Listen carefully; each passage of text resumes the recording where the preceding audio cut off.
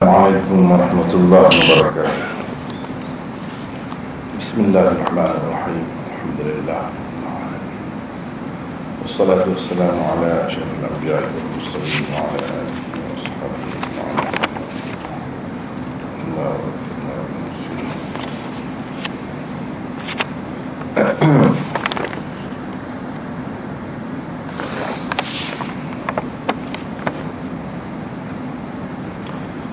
Kita sedang baca hadis yang ketiga Sunan Tirmizi. Tajuknya Babu ma jaa anna miftah as-salati at-tuhur. Hadisnya ialah wa bihi qala hadatsana Qutaibah wa Hannan wa Mahmud bin Ghailan قالوا حدثنا وكيع عن سفيان قال وحدثنا محمد بن بشار قال حدثنا عبد الرحمن ابن مهدي قال حدثنا سفيان بن عبد الله بن محمد بن عقيل عن محمد بن الحنفية عن علي عن النبي صلى الله عليه وسلم قال مفتاح الصلاة الطهور وتحريمها التكبير وتحليلها التسليم. قال أبو عيسى هذا الحديث أصح شيء في هذا الباب وأحسن، وعبد الله بن محمد بن عقيل هو صدوق وقد تكلم فيه بعض أهل العلم من قبل حفظه.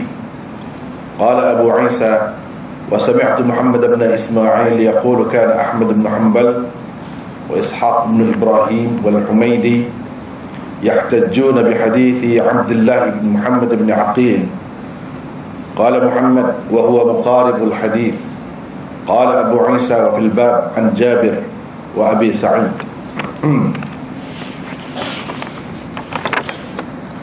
Imam Tirmizi dengan sanadnya meriwayatkan daripada Ali, daripada Nabi sallallahu alaihi wasallam, baginda bersabda, muka surat 41,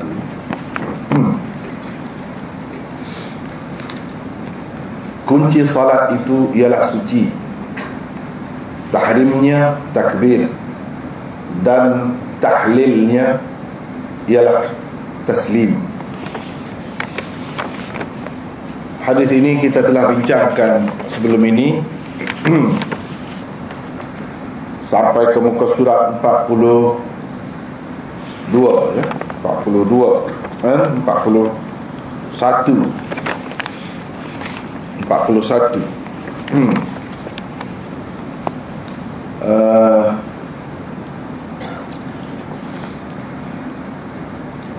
yaitu daripada muka surat 40 lagi, Sufyan meriwayatkan kepada kami daripada Abdullah bin Muhammad bin Aqil. Itu yang belum kita bincangkan lagi.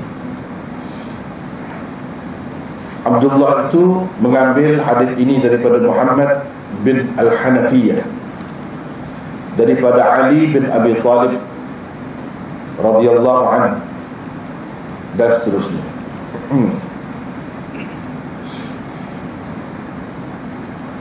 Abdullah bin Muhammad bin Aqil bin Abi Talib itu ada nota 47. Aqil bin Abi Talib, yakni saudara atau adik-beradik kepada Ali bin Abi Talib.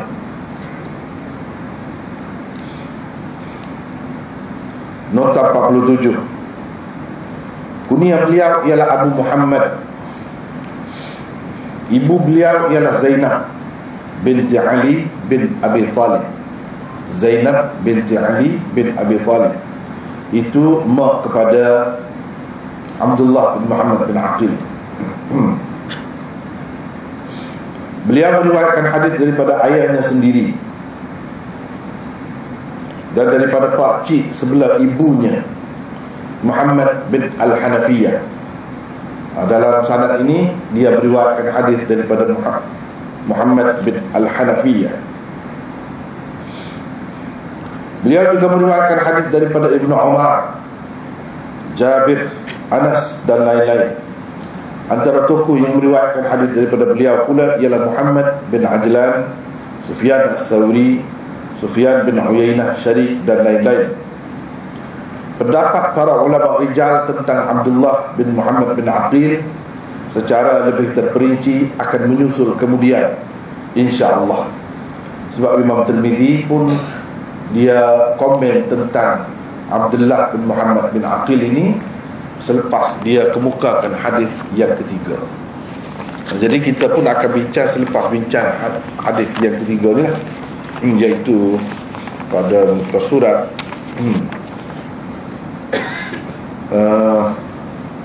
pada muka surat 50 51 tu kita akan bincang tentang dia di situ.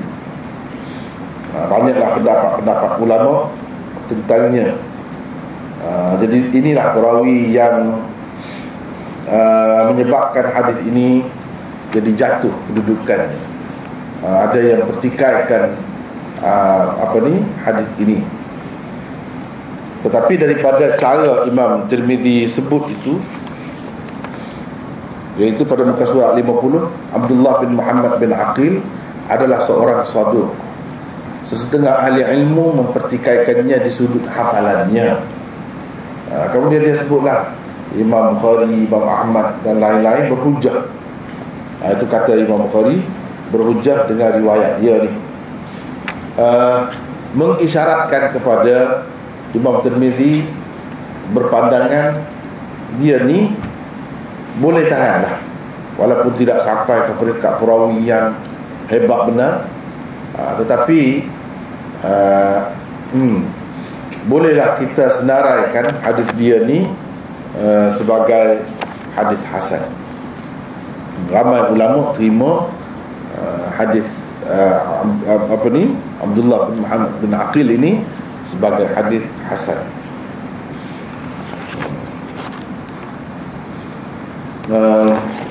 Tapi ada juga ulama-ulama yang mengatakan hadis dia sahih, ada juga yang mengatakan dhaif. Jadi ini pendapat ulama-ulama ini berbeza-beza lah berhubung dengan dia. Walau bagaimanapun, kebanyakan ulama menerima hadis ini sebagai sandaran mereka dalam perkara ni. Tapi kerana hadis ni dipertikaikan, itulah ada setengah ulama maknanya dia tak mahu terima apa yang tersebut di dalamnya itu sebagai sesuatu yang kokoh sangat. Itu nanti kita akan bincang.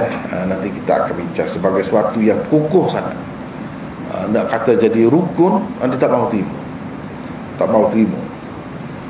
Jadi takbir itu sebagai rukun, salam itu sebagai rukun sembahyang, fardu sembahyang, dia tak mahu terima. Sebab hadis ni kedudukan itulah.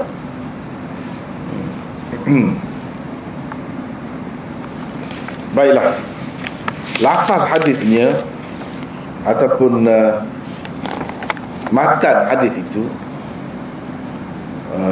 dari segi terjemahannya dapat kita lihat pada muka surat 41.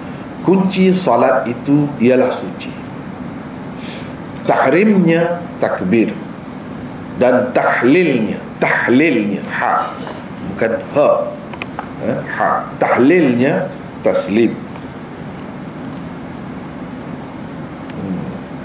Sebelum kita pergi di situ, sebelum kita bincangkan matan hadis itu, lafaz hadis itu, ada seorang lagi perawi ini rasanya perlu juga kita bincangkan, iaitu Abdullah bin Muhammad bin Aqil mengambil hadis ini daripada Muhammad bin Al-Hanafiyah.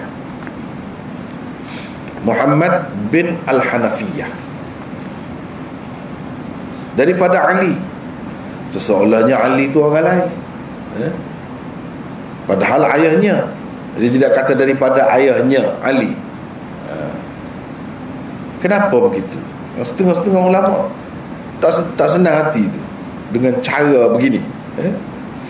Jadi siapa Muhammad bin Al-Hanafiyah? Nota 48. Beliau ialah Muhammad bin Ali bin Abi Talib Al-Hashimi. Beliau ialah anak Sayyidina Ali dengan Khawlah binti Ja'far Al-Hanafiyah.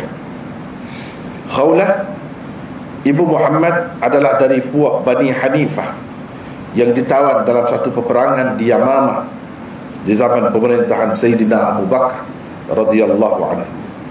Kerana itulah beliau lebih dikenali dengan Muhammad bin Al-Hanafiyah.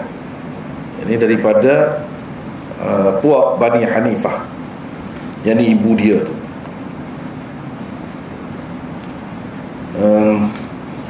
Dia ni meriwayatkan hadis daripada ayahnya sendiri, Ali bin Abi Talib. Hadis ni ya dan hadis-hadis yang lain juga ada dia meriwayatkan daripada ayahnya. Di samping itu beliau juga meriwayatkan hadis daripada sahabat-sahabat yang lain seperti Uthman, Ammar, Abu Hurairah, Muawiyah, Ibnu Abbas dan lain-lain. Antara orang-orang yang meriwayatkan hadis daripada beliau ialah 5 orang anak lelakinya sendiri. Mereka ialah Ibrahim, Hasan, Abdullah, Umar dan Aun. Selain anak-anaknya itu Atha bin Abi Rabah, Abdullah bin Muhammad bin Aqil dan lain-lain juga turut meriwayatkan hadis-hadis daripada beliau. Daripada sekian ramai anak-anak Sayyidina Ali, beliau yang dianggap paling alim dan paling banyak meriwayatkan hadis-hadis daripada ayahnya. Muhammad bin Al-Hanafiyah adalah thiqah berdasarkan ittifaq para ulama, dan beliau merupakan perawi 6 kitab utama hadis dalam Sunan Sittah ada dia. Beliau meninggal dunia pada tahun 80 atau 81 Hijrah ketika berumur 65 tahun dan dikebumikan di perkuburan Baqi. Seperti saya sebutkan tadi, Muhammad bin Al-Hanafiyah setengah-setengah ulama tak senang dengan panggilan begitu. Kalau Hasan kita boleh sebut bin Ali, Husain bin Ali. Kenapa dia ni tidak disebut bin Ali tetapi bin Al-Hanafiyah?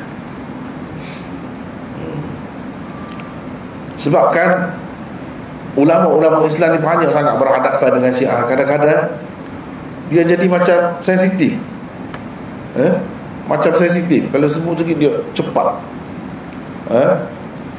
kita kata liar matanya, terbuka dengan luas matanya bila berkait dengan Ali, berkait dengan Syiah ni. Sama juga di sini. Sama juga di sini. Walaupun pendapat tu masing-masing tak kisahlah, tak apa lah. Tapi setengahnya dia tak setuju dengan Al-Hanafiyah ini. Kata mereka, pada pendapat mereka, satu usaha untuk memisahkan Muhammad ini daripada, supaya dia jauh daripada pandangan orang ramai dengan Sayyidina Ali itu. Itu salah satu caranya yang telah berlaku dalam sejarah. Sebenarnya berpunca daripada diayat sesama Syiah. Syiah ni banyak puak kan, banyak pecahannya. Sesama mereka saling bertelaga, berbeza pendapat, tuduh-menuduh sampai ke peringkat kafir-mengkafir antara satu dengan yang lain. Jadi ini sebenarnya dipopularkan oleh golongan Syiah yang tertentu supaya Muhammad ini jauh daripada pandangan orang dengan Sayyidina Ali. Nampak tidak rapat macam orang lain. Kalau boleh nak dinafikan, tapi tak dapatlah. Jadi caranya dia buat, iaitu dengan tidak sebut Muhammad bin Ali, tapi Muhammad bin Al-Hanafiyah. Ini kata mereka. Tapi kalau kita tengok dalam sejarah kan, banyak Muhammad bin Sirin, ini Muhammad bin Al-Hanafiyah. Muhammad bin Sirin itu ibu juga, dan ramai lagi ulama-ulama yang lain disebut. Tapi orang tak sensitifnya, tak sebut apa, tak sebut kata nak sembunyikan bapak dia ke apa, tak ada. Tapi kalau Muhammad bin Al-Hanafiyah ni, dia jadi begitu. Sebab dia jadi allergic dengan Syiah. Tapi ialah mungkin ada kebenarannya, sebab kebimbangan pihak-pihak Syiah yang tertentu terhadap dia ni besar. Sebab dia antara anak-anak Sayyidina Ali, seperti yang saya tulis ni, di mana-mana pun tulis begini, antara yang paling alim dan paling banyak meriwayatkan daripada ayahnya.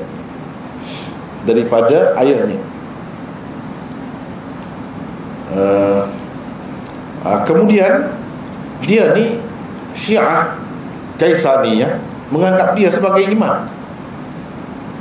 Dia sebagai imam dan keturunan dia.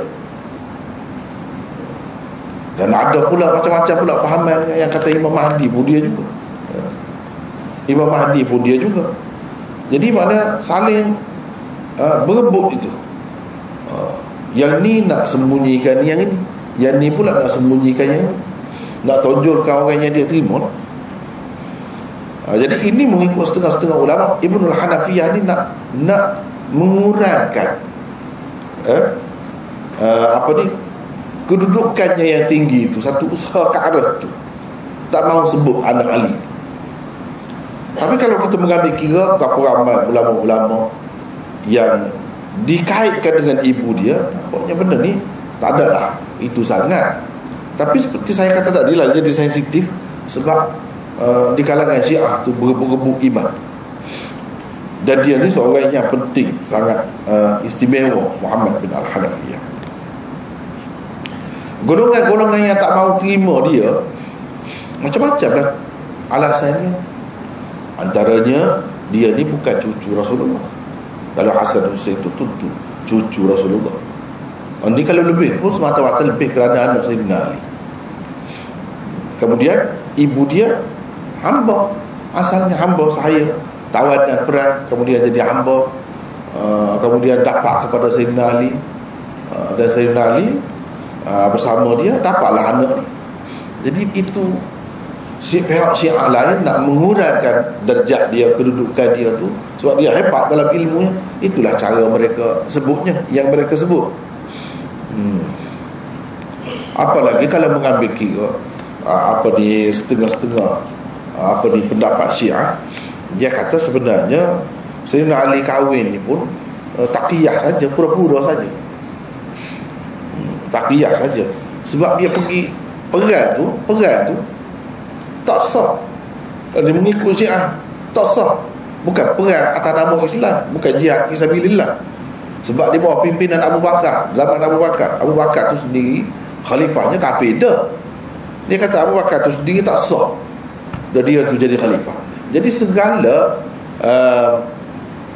anjuran ataupun apa-apa yang dilakukan oleh Abu Bakar tu kira tak sah. Cuma orang muskil lah. Dan kalau begitu kenapa dia pergi perangnya? Sayyidina Ali tak payah pergilah. Dia kata pergi perang juga. Dan kalau tak betul, ini di bawah bendera kafir lah, kita kata bawah bendera kafir ataupun orang zalim, kenapa Sayyidina Ali pergi? Lepas tu dah pergi, dapat tawanan perang, jadi hamba abdi tawanan perang tu, dia pula ambil pula sebagai harta rampasan perang. Dan kalau perang tu tidak sah, perang tu tidak kerana agama, jadi kerana dunia, macam mana Ali ambil pula? Orang muskil, orang yang muskil itu termasuk kita lah, orang ahli sunnah. Kenapa begitu? Kenapa dia terima? Dan kalau tak terima tak sah, maknanya semua tu jadi tawanan pun tak sah, jadi hamba pun tak sah. Sayyidina Ali mana bergaul itu secara tidak sah jugalah, tidak cara Islam. Sampai dapat anak tu macam mana? Kita kata seperti mana kita kata pada masa tu Sayyidina Ali ni dia rakyat. Sayyidina Abu Bakar tu imam dia. Dia tak terima lah imamnya, tak apalah, kita katalah imam dia, khalifah. Jadi bila Sayyidina Abu Bakar jadi imam sembahyang, sebab dia imam, sebab dia khalifah, Ali pergi duduk sembahyang belakang dia juga. Semua ni Syiah kata taqiyah, semua taqiyah. Dia pura-pura. Yang sebenarnya sembahyang Abu Bakar pun tidak sah. Dia kata kan ada kan Nabi SAW ajar dengan orang ramai ni semayang bersama dengan mereka. Apabila balik semayang sendiri. Jadi itulah yang Sayyidina Ali buat. Dia kata gitu Syiah. Dia kata begitu. Jadi golongan-golongan Syiah ni saling bertentangan antara satu dengan yang lain, sehingga mereka kafir mengkafir. Jadi kalau yang ni Muhammad bin Al-Hanafiyah, siapa saja pun, kalau bagi mereka mendakwa imam sedangkan dia bukan imam, jadi kafir. Yang balik ni pula kata yang itu kafir. Puncanya imamah lah, bebu imam nak jadi imam. Padahalnya mereka ini Husain ke, Hasan ke, Muhammad bin Hanafiyah ni ke, ataupun lain-lain, semua tak ada pernah mendakwa pun, tapi orang kaitkan dengan dia, sehingga silsilah ajaran Syiah yang berbagai-bagai itu seolah-olahnya diasaskan oleh mereka, padahal bukan. Begitulah ceritanya, secara ringkasnya begitulah.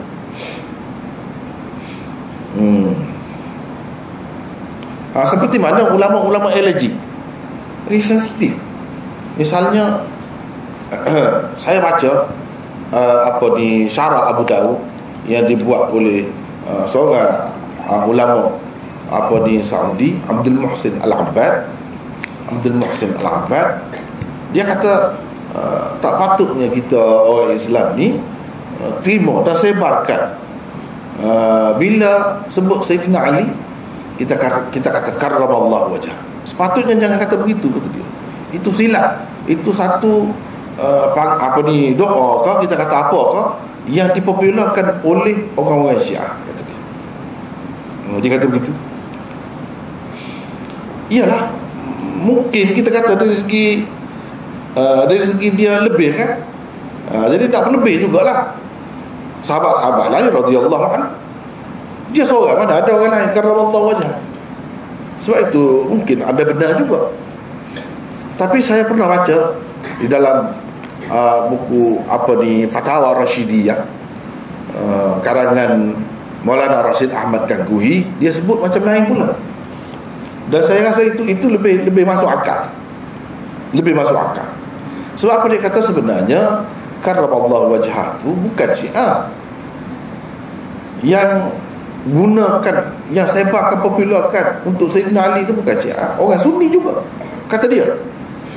Sebab apa? Sebab latar belakangnya ialah pada masa Sayyidina Ali itu nak berdamai dengan Muawiyah, sebelum berlaku perang Siffin itu, pecahlah pengikut-pengikut Sayyidina Ali itu kepada dua. Satunya terus menjadi Syiah, satu lagi menjadi golongan Khawarij. Golongan Khawarij ni sampai dia dagangkan darah Sayyidina Ali lah. Dan apabila sebut Ali saja, mereka kata qabba'allahu wajhah, mereka kata sawwadallahu wajhah. Jadi sebagai tindak balas, reaksi daripada orang ahli sunnah daripada masa tu lagi, bila mereka kata begitu, orang ahli sunnah bila sebut Ali karramallahu wajhah,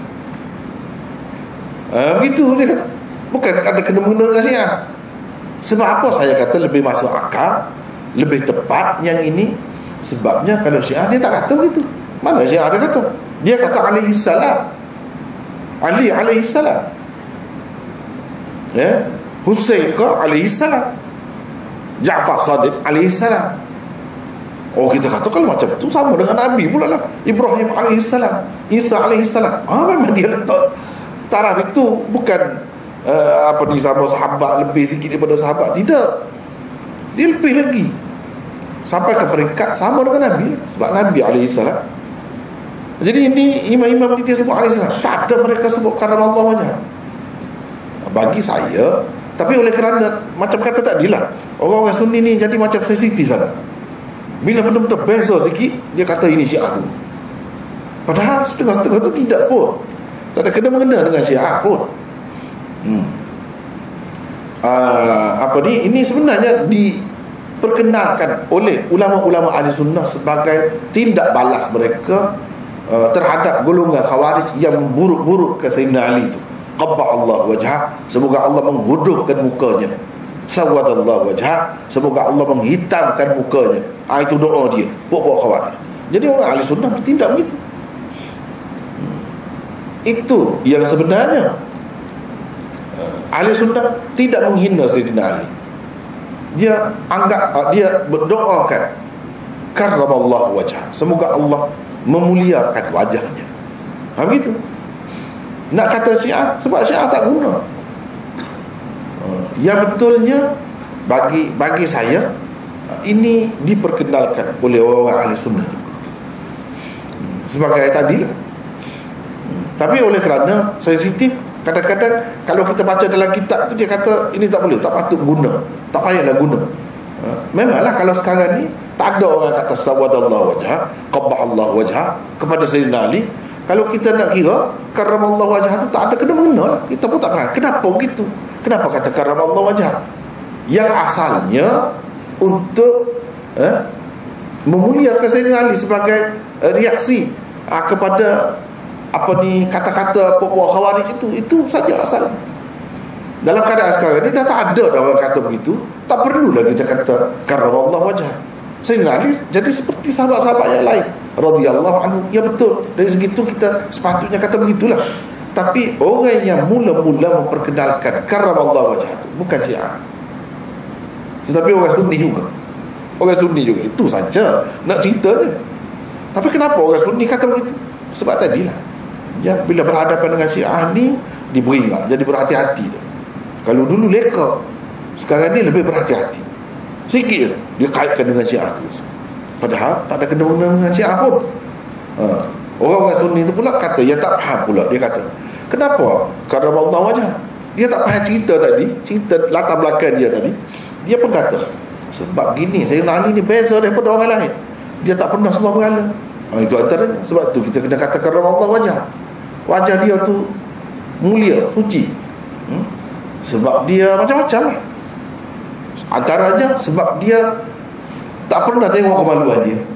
Sampai benda-benda lucu macam itu pun ada, disebutkan dalam kitab-kitab. Ini benda ada dalam kitab-kitab. Yang sebenarnya dia sudah lari jauh. Asal ceritanya tadi tak ada kena mengena dengan dia tidak pernah sembah berhala ke. Ramai lagi sahabat-sahabat yang lain yang tak pernah sembah berhala pun. Kenapa tak kata begitu? Sayyidatina Aisyah tak pernah sembah berhala. Tak kata pula karramallahu wajha, tak ada. Ataupun orang lain ramai lagi tak kata. Kalau nak kata dia ni tak tengok aurat dia, tak tengok aurat macam mana? Tak tengok aurat, pelik kan? Tak tengok aurat macam mana? Jadi tengok aurat tu salah ke? Dosa? Apa dalil? Kemudian yang Nabi SAW selalu suruh cukur, jaga kebersihan, suruh bersihkan bulu ari-ari itu. Macam mana Sayyidina Ali buat? Kenapa Sayyidina Ali tak buat? Itu dari segi tak masuk akal. Tapi benda ni ada dalam kitab. Sebab itulah ada benda yang ada dalam kitab ni sebenarnya kadang-kadang dia sendiri pun tak tahu punca. Ambil atas ambil yang sebenarnya tak tahu.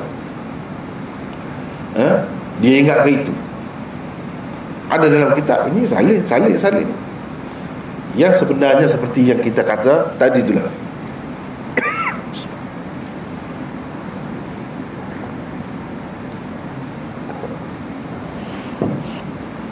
Itulah yang sebenarnya. Sama ada kita nak kata karramallahu wajha, terpulang boleh juga. Tapi kena faham apa latar belakang dia tu tak ada sekarang. Tak ada sekarang. Seperti mungkin dalam setengah-setengah masyarakat kita kan, dia ada tarhib sebelum azan subuh. Apa yang diucap dalam tarhib? Ramai orang tak perasan. Kenapa? Apa latar belakang? Kemudian kenapa boleh tak ada pula? Itu dia. Sama juga dalam khutbah jemaat, selalu juga khatib dia sebut kelebihan sahabat-sahabat ni, Abu Bakar gini sebut. Sebenarnya mereka berhadapan dengan orang yang memusuhi sahabat. Sebab itu dia sebut. Dan tarhim sebelum subuh tu orang sedar, orang akan insaf. bila dalam bacaan itu disebut Sayyidina Abu Bakar ni begini, Sayyidina Umar ni begini, orang baik-baik, semuanya puji. Sayyidina Ali nya begini, puji. Nak suruh orang ni tidak terpengaruh dengan Syiah yang memburuk-burukkan sahabat. Itu asal cerita. Kemudian dalam masyarakat, sehingga masyarakat Sunni itu sudah jadi betul-betul Sunni 100% pun masih lagi duduk buat lagi. Padahal benda itu tak perlu dah. Pernah satu ketika dulu memang perlu. Sama juga dengan karramallahu wajhah ni pun bukan Rasulullah sallallahu alaihi wasallam yang bagi kepada dia. Bukan Syiah yang bagi doa tu untuk dia, tidak, tapi ahli sunnah. Tapi betul lah yang lebih baik untuk kita sekarang ni, apa doa untuk dia, seperti sahabat-sahabat yang lain radhiyallahu anhu. Itu yang paling baik. Sekarang ni tak ada, mungkin orang tak faham, tak tahu dah latar belakang cerita tu. Untuk apa kita kata karramallahu wajhah? Tak ada siapa pun kata sawadallahu wajhah sekarang ni, qabbahallahu wajhah. Jadi tak ada sebab untuk kita kata karramallahu wajhah lagi. Tapi kalau orang kata, kena tahu lah latar belakang dia tak apa sebab. Sekarang ni lebih baik kita kata radhiyallahu anhu. Sebab apa? Was-sabiquna al-awwaluna minal muhajirin wal ansar walladzina ittaba'uhum bi ihsanin radhiyallahu anhu wa radu an. Radhiyallahu anhu. Kan? Sahabat-sahabat dalam Quran Allah gunakan doa apa untuk mereka? Radhiyallahu anhu. Jadi untuk setiap orang tu radhiyallahu anhu, kita kata begitulah, tak ada beza dah sekarang ni. Kita kata begitulah yang lebih baik sekarang ni. Adapun alaihi salam itu tak ada itu untuk nabi-nabi, malaikat. Itu memang betul. Itu yang Syiah. Yang Syiah perkenalkan. Kemudian Muhammad bin Hanafiyah alaihi salam tak ada. Sebab Syiah yang itu tak terima dia, tak ada. Jadi alaihi salam ni orang tertentu sahaja. Habis dari situ, baiklah kita pergi kepada hadis. Kunci salat itu ialah suci, tahrimnya takbir, dan tahlilnya taslim bagi salat. Apa maksud hadis ini? Itu sabda Nabi sallallahu alaihi wasallam-nya. Kalau kita perhati sesuatu hadis, ini salah satu benda yang perlu dibuat, iaitu kita kena tengok dulu hadis ini boleh dibahagikan kepada beberapa bahagian. Hadis ini satu bahagian saja ke, ataupun boleh dibahagi kepada beberapa bahagian, beberapa juz. Ulama-ulama bila dia perhati hadis ini, dia kata terbahagi kepada 3. Satunya, kunci solat itu ialah suci. Itu satu bahagian. Tahrimnya takbir, itu bahagian yang kedua. Tahlilnya taslim, itu yang ketiga. Sebab dia walaupun ada kaitannya antara satu dengan yang lain, tapi ada setengah-setengah sudut dia tidak sama. Dan perlu dibincangkan secara berasingan. Dari setengah-setengah sudut perlu dibincangkan bersama. Ini ada nota di situ 49. Ini ialah bahagian pertamanya. Nabi SAW mengumpamakan solat yang disembahyang dengan khazanah yang terkunci. Seseorang baru dapat membuka dan memasuki khazanah yang terkunci itu apabila ia mempunyai anak kuncinya. Bahasa kiasan yang digunakan oleh Rasulullah SAW ini menurut ilmu balaghah dipanggil isti'arah makniyah murasyah. Ilmu balaghah itu dia mengandungi 3 bahagian kan.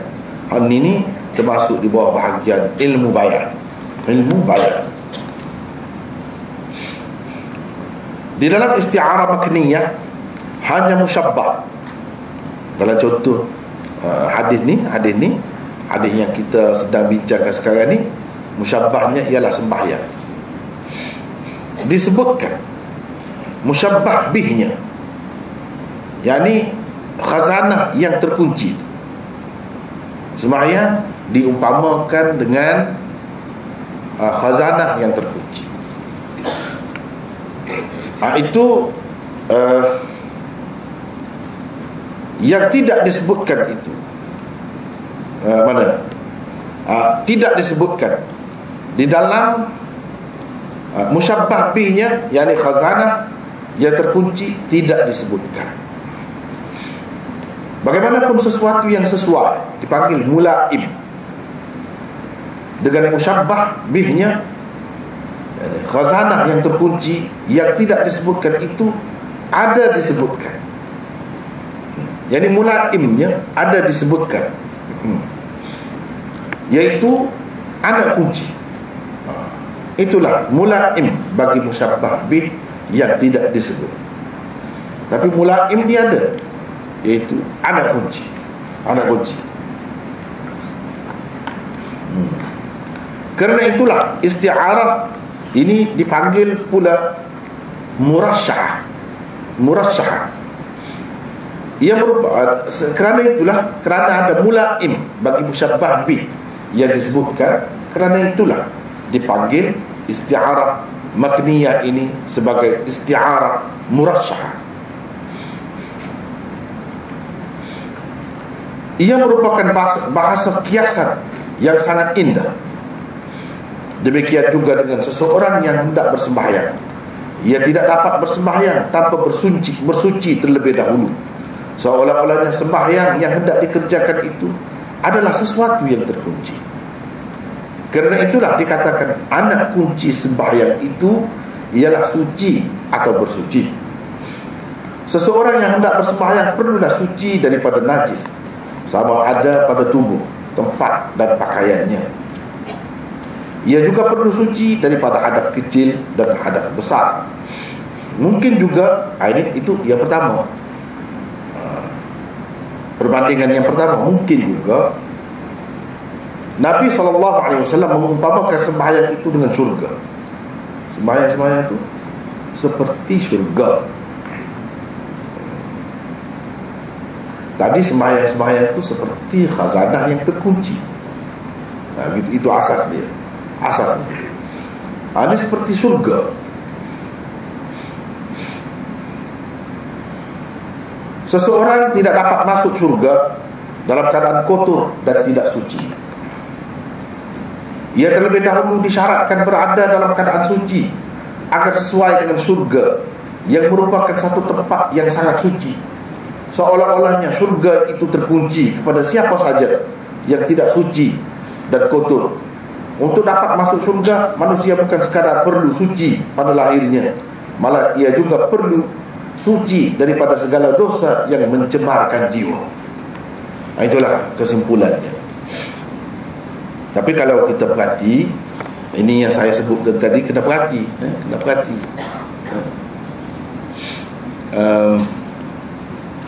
Iaitu apa itu isti'arah makniyah murasyahah. Sebenarnya kalau tak faham, tak kita huraikan itu pun faham dah kan. Dengan contoh yang dibuat tadi, gitulah. Bayangkan ini dewan ini khazanah yang terkunci.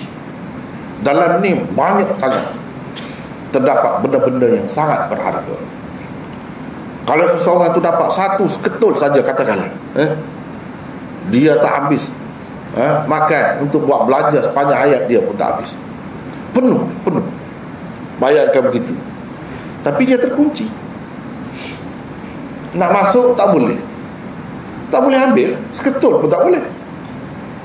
Usahakan nak ambil semua sekali. Itu maksud khazanah yang terkunci. Anak kuncinya apa? Suci. Sembahyang itu pun begitu juga. Di dalamnya terkandung berapa banyak perkara yang sangat berharga, tidak ternilai. Dengannya kita dapat surga boleh nilai. Dengannya kita mendapat keredaan Allah. Dengannya dapat mencegah seseorang itu daripada fahsya dan munkar. Sembahyang menyebabkan orang ingat kepada Allah. Ingat kepada Allah, itu rahmat, membawa rahmat kepada kita. Macam-macam lagi lah yang ada dalam sembahyang. Tapi sembahyang tu kelebihan yang begitu banyak, kita tak dapat kecuali dengan suci. Suci baru boleh. Kalau kita sembahyang tak suci, tak ada air sembahyang, tak sah, tak jadi. Tak akan dapat juga apa yang terkandung di dalamnya. Seperti mana kita tak dapat masuk ke dalam khazanah yang mengandungi begitu banyak barang-barang yang bernilai dan berharga tu, kalau pintu dia terkunci, tak dapat masuk. Dia kena ada anak kunci. Itu sebab Nabi SAW kata anak kunci sembahyang. Sembahyang tak boleh masuk kalau tak ada anak kunci. Jadi segala kelebihan, keutamaan, keistimewaan yang terdapat pada sembahyang sehingga diwajibkan ke atas setiap orang-orang Islam ni, setiap orang Islam, dan macam-macam hukumnya. Ada ulama mengatakan tak sembahyang kafir. Ada ulama mengatakan tak sembahyang kena hukum bunuh. Sampai begitu sekali. Kenapa tu? Sebab pada hakikatnya ia mengandungi berapa banyak kelebihan, erti untuk kehidupan manusia. Dan ini tak dapat. Nak macam mana pun tak dapat kalau tidak suci. Kalau tidak suci. Jadi suci yang maklum, yang diajar kepada kita, ambil air sembahyang. Kalau hadas besar, mandi wajib. Itulah zahirnya. Tetapi yang nak ditanam kepada kita lebih lagi daripada tu.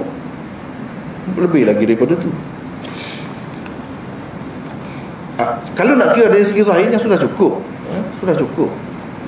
Kalau kita pergi tengok dari sudut pandang ataupun dengan memakai kacamata ilmu balaghah, inilah namanya perbandingan seumpama ini yang Nabi buat ini namanya isti'arah makniyah murasyahah.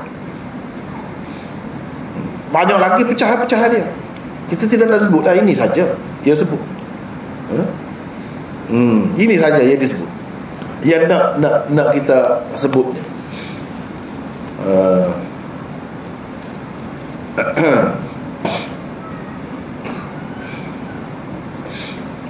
Kita selalu baca hadis sebelum pada ni. Kita sudah jumpa ada dalam Muslim, dalam apa jumpa buniyal Islam ala khamsin.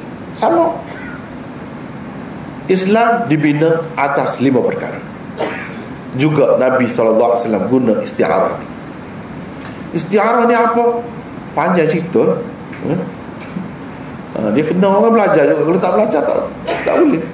Nak cerita pun panjang, tak habis juga malam ni. Malam ni kena buka kitab balaghah. Sebabnya asasnya tasbih.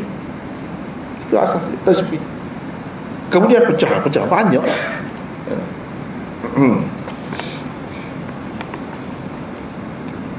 Pecahan-pecahannya banyak. Jadi dalam isti'arah makniyah, asasnya tasbih maknanya perumpamaan. Jadi sekarang ni cuba kita tengok, sembahyang diserupakan, diumpamakan dengan khazanah yang terkunci. Sembahyang itu, kita kata beginilah maksud tadi, nak sampai maksud tadi, sembahyang seperti khazanah yang terkunci. Kita selalu guna, tapi dalam bahasa Melayu dia, setahu saya lah, dia tak ada tu pembahagian benda-benda begini. Ini satu kelemahan. Sedangkan kita pun guna, tapi kita tak buat kaedah. Sebab apa? Sebab yang jadi ahli bahasa tu, pada pandangan saya lah, yang jadi tokoh-tokoh bahasa, ahli bahasa sekarang, dia bukan orang macam Zabar, pendeta Zabar.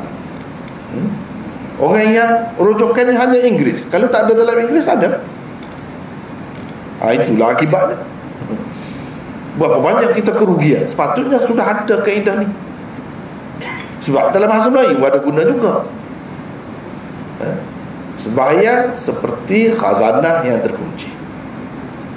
Sembahyang seperti syurga, seperti bak macam, bagaikan, itu yang semua sama lah. Semua tu sama.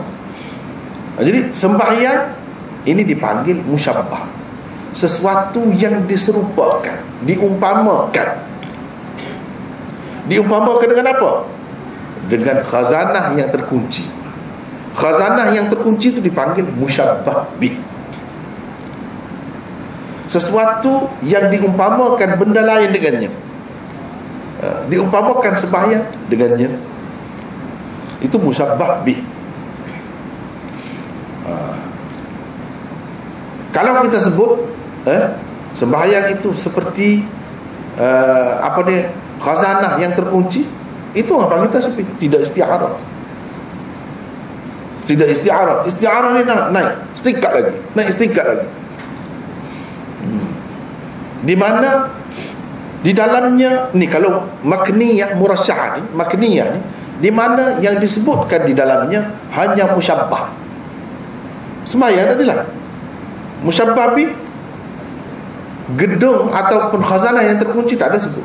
Tak ada sebut. Tak ada dalam hadis ni. Carilah, tak ada. Kemudian seperti, umpama, macam, bagaikan, tak ada juga. Kalau ada tu dia jadi tashbih. Tak ada.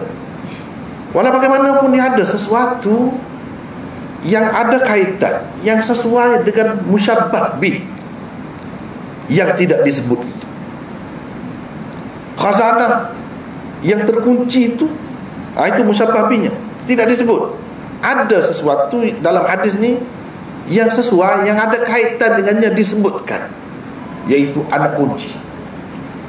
Anak kunci ini gunanya untuk ibu kunci, untuk buka sesuatu yang terkunci. Bukan untuk buka sembahyang. Sembahyang ni ada pintu ke? Nak buka dengan anak kunci? Tak ada. Ataupun kita budak-budak nak main kereta api ke, dia kunci-kunci dulu. Begitu ke? Tak ada. Tak ada kunci, tak ada buka, tak ada zahirnya. Tapi kenapa Nabi guna anak kunci? Sebab dia mengambil kira musyabbah bih yang dibuat itu. Musyabbah bih yang dibuat itu. Ini sesuatu yang sesuai dengan musyabbah bih yang dibuat. Sama juga bila disebut Islam itu dibina, dibangunkan di atas 5 perkara. Maknanya Islam itu seperti bina satu bangunan. Bangunan ada sebut? Tak ada sebut. Tapi ada sesuatu yang ada kaitan dengan bangunan, yaitu dibina. Bina ni apa? Adakah Islam tu kita boleh tengok binaan ni? Tak ada yang zahirnya. Tapi Islam tu macam binaan, bangunan. Ini dia sama. Sama juga disebut. Banyak sangat dalam Quran, dalam hadis digunakan macam ni. Digunakan macam ni. Artinya Nabi SAW dia guna bahasa tu bukan dari segi gramarnya, dari segi nahwunya tepat, bahkan dari sudut ilmu balaghah. Padahal pada ketika itu ilmu balaghah ni tak ada lagi. Ilmu balaghah seperti yang dimaklumi sekarang ni, ada dengan buku-bukunya. Ini pembahagian isti'arah ni ada berapa, isti'arah tasrihiyah, asliyah, apa tab'iyah, apa semua tak ada. Tapi Nabi SAW sudah guna. Dan ahli balaghah bila dia tengok, dia kagum. Dia kagum. Ni maknanya orang yang bijak cakap. Orang yang bijak cakap, bukan orang biasa bercakap macam ni. Dan dia buat perbandingan tu, kita boleh bayar. Kita boleh bayar, nampak. Kalau kita nak sesuatu yang berharga berada dalam khazanah yang terkunci, macam mana kita nak dapat? Tak ada jalannya. Kena ada anak kunci. Begitu juga kita pun nampak sembahyang yang sebelum ni kita tak nampak. Ada benda yang sangat berharga di dalamnya, kita tak nampak. Tapi bila dia bandingkan dengan khazanah yang terkunci tu, kita nampak lah. Orang akan berebut lah kira-kiranya akan berkejaran, berlomba-lomba kalau boleh. Tapi kalau terkunci, macam mana? Begitu juga sembahyang ni, kalau nak kelebihan dia, carilah ada kunci. Ada kuncinya apa? Suci lah. Itu perbandingan dia tu. Dia nak suruh kita nampak apa yang ada dalam sembahyang. Atau sembahyang itu seperti syurga. Orang yang masuk dalam sembahyang tu dia kena berasa macam dia masuk syurga. Surga suci. Surga suci. Boleh ke orang yang kotor masuk dalam surga? Tak boleh. Sebab tu orang Islam pun, walaupun dia Islam, kalau dia ada dosa, kotor. Sebab itu dia tak boleh. Dia kena bersih dulu di dalam neraka.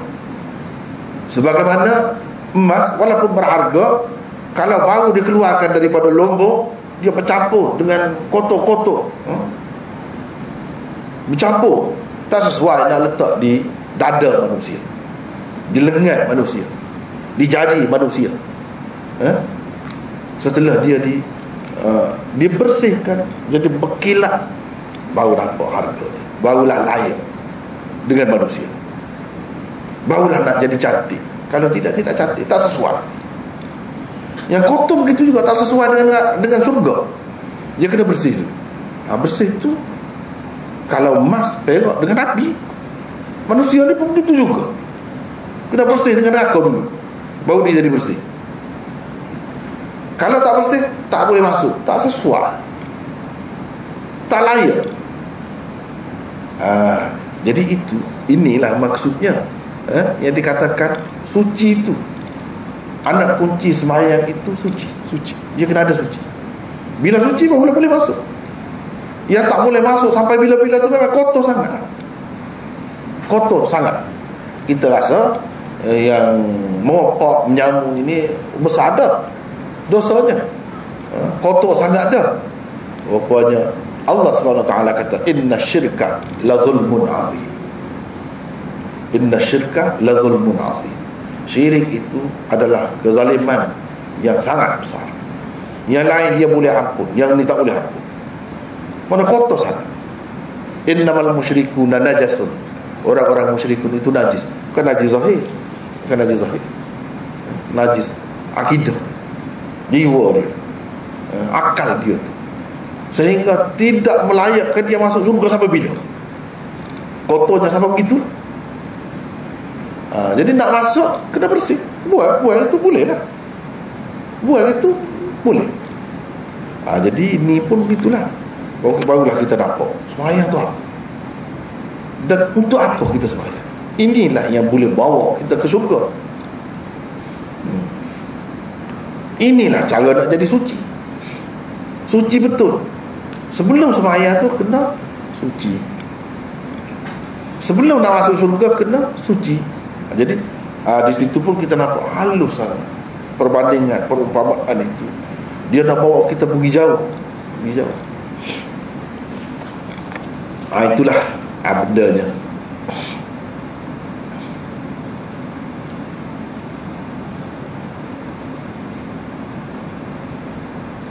Kemudian banyaklah ini, kalau kita nak bincang panjang balawah ni panjanglah, tasrihiyah apa semuanya, macam apa beza dengan yang ini, panjang. Jadi rasanya tidak perlu sekadar itu. Tapi sekurang-kurangnya kita kena tahu lah, Nabi SAW ni seorang yang hebat. Itulah sebab ahli-ahli bahasa Arab semua tunduk. Aku memang hebat. Kalau orang lain mana nak terfikir surga tu tempat suci, tak boleh masuk tempat suci, tidak layak kalau kotor. Ada kaitan. Kita sembahyang seperti surga. Surga boleh masuk tanpa suci. Kalau kotor tak boleh. Sembahyang pun tak boleh.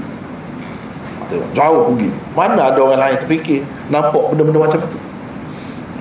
Kalau dia bijak bahasa, bukan sekadar bijak bahasa lah, tapi kaitannya dengan akidah, dengan hakikat hidup, semasa di dunia dan selepas mati.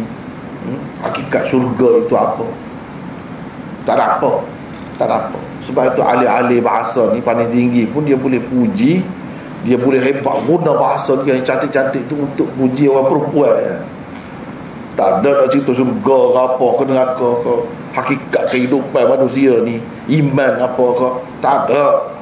Dia sekitar perempuan, nak puji, gambarkan mata perempuan, hidung perempuan, mulut perempuan, sekitar tu dia habis. Hebat-hebat mana pun sastrawan ahli bahasa pun sekitar tu.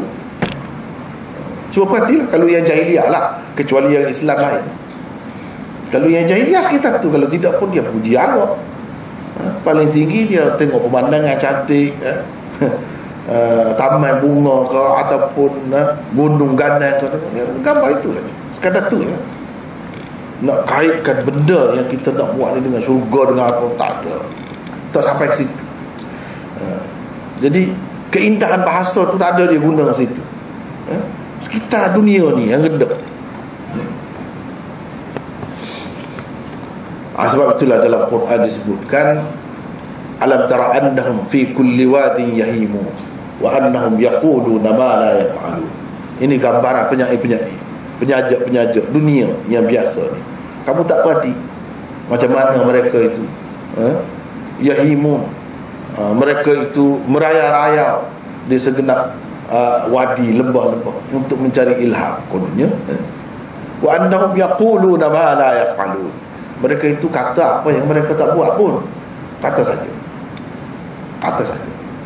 Jangan kira lah sedapnya dah kata-kata seni kata dia tu, bahasa dia tu. Misalnya keranamu, bila dia puji seorang perempuan, bila dia gila kepada seorang perempuan, keranamu 7 lautan api sanggup kuredam.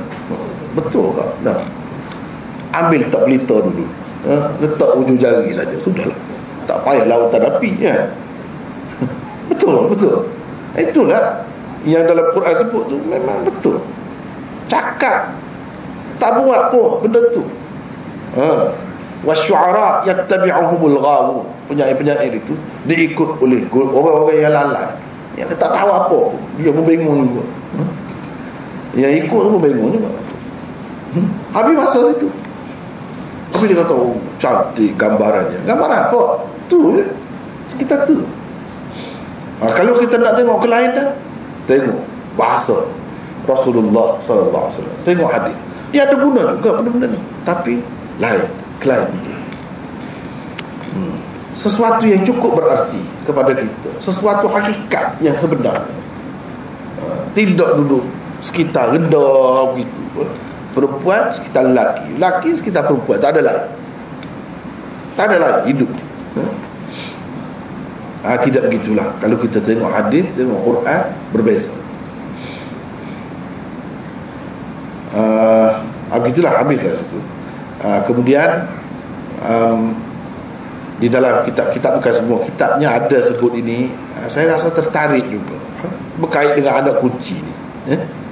Jadi saya petik kata-kata Al-Munawi di dalam Al-Faidul Qadirnya, kitab syarah hadis Faidul Qadirnya. Dia sebut Allah ini sebagai panduan lah daripada pengalaman ulama, pengamatan ulama. Dia kata Allah telah membuat anak kunci untuk segala perkara yang dituntut dan dikehendaki manusia. Kita kan ada tuntutan, ada kehendak, nak tu nak ni. Setiap yang nak kita nak tu ada kunci dia. Kalau kita tak ada anak kunci tu, kita tak boleh dapat. Kadang-kadang hidup dalam dunia ni ada anak kunci pun tak dapat juga. Itu yang malangnya. Tapi sekurang-kurangnya kalau ada tu, bolehlah nak cakap pun. Kadang-kadang ada pun tak dapat lagi. Macam itulah dunia. Yang pertama, anak kunci sembahyang ialah suci atau bersuci. Ini dia ambil daripada hadis yang kita baca ni. Anak kunci sembahyang ialah suci. Maknanya tak boleh bersembahyang, tak boleh masuk sembahyang, masuk pun sia-sia, buat pun sia-sia. Sebab apa? Sebab kita tidak ada anak kunci. Mungkin kita kata jadi kalau suci ni macam mana? Suci ni macam mana? Itu nanti kita bincang. Kenapa Nabi kata miftah salat tuhur? Kenapa? Suci macam mana? Suci mandi gitu saja. Kalau macam tu orang kafir pun suci juga. Suci macam mana? Tak boleh. Di syarat Islam suci tu. Kalau tidak Islam, suci macam mana pun tak suci. Jadi suci ni suci yang maklum ni, bukan sembarangan suci. Dengan kita pergi basuh tangan kita, basuh muka kita, atau mandi, tak boleh. Jadi suci ni ada yang maklum. Itu nanti kita akan bincangkan nanti bila sampai ke tempat dia.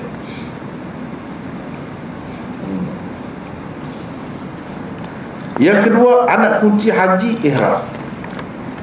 Tak pakai ihram tak boleh. Tak boleh. Ni pakai ihram. Ada niat buat apa? Itulah. Yang ketiga, anak kunci kebajikan ialah sedekah. Ini hadis ni kebanyakannya hadis, tapi ada juga yang tidak hadis, tapi berdasarkan pengamatannya. Yang keempat, anak kunci syurga ialah tauhid. Maka akhiru kalamihi la ilaha illallah dakhala al-jannah. La ilaha illallah, tauhid lah. Sesiapa yang ucapan terakhirnya la ilaha illallah, mana dia ada tauhid. Tak ada sebut Muhammad Rasulullah, tak ada. La ilaha illallah saja. Sebab itu nak talqin, nak ajar orang yang nak mati, la ilaha illallah saja. Tak perlu Muhammad Rasulullah. Dia sudah Islam. Itu pun susah dia nak sebut. Ingat tauhid. Tauhid. Tak ada bercampur baur Nabi ni dengan Allah, ada kena-mengena dengan Allah, sumpah Allah, tak ada. Jadi tiga tu Allah saja. Jadi tauhid, betul. Itu ada hadis. Yang kelima, anak kunci ilmu ialah pandai bertanya dan mendengar. Anak kunci ilmu pandai bertanya dan mendengar. Apa makna? Pandai tanya. Jadi nak pandai tanya tu bukan ada ilmu dah. Kita nak dapat ilmu yang asas dulu. Macam mana? Nak pandai tanya tu kena ada ilmu dah juga. Jadi apa maksud ni? Anak kunci ilmu ialah pandai bertanya dan mendengar. Maksudnya begini, yang saya faham, pandai bertanya ni bukan maksudnya tanya saja. Bukan tanya saja. Baca buku pun tanya juga. Kita nak tahu. Kita pandai pilih buku. Itu maksud pandai bertanya. Pandai pilih guru. Itu mana pandai bertanya. Kita tak tanya pun dia cerita dulu, barulah kita pandai nak tanya. Pandai cari guru, pandai cari buku. Kalau nak jadi alim, baca buku kartun macam mana? Baca buku kartun macam-macam lah nama. Dalam masyarakat kita ni laku sangat itu buku tu. Sebab apa? Sebab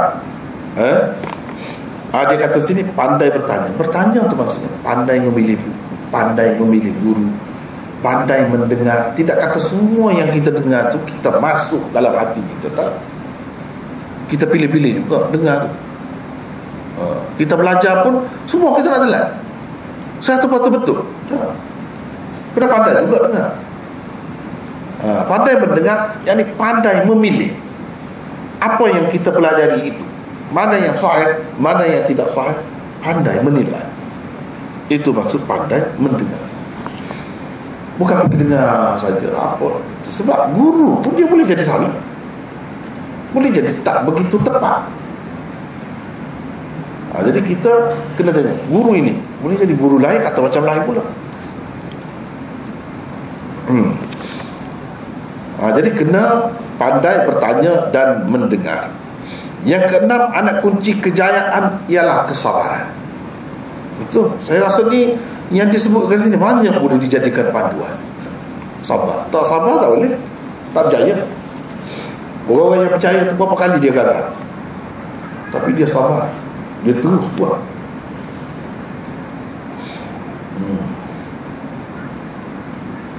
Yang ketujuh, anak kunci untuk mendapat lebih banyak nikmat ialah bersyukur. La in syakartum la azidannakum. Itu ayat. Ini sebab ulama buat kesimpulan, ulama dia mesti rujuk ke situ. Sebab tu kita boleh cari. Boleh cari.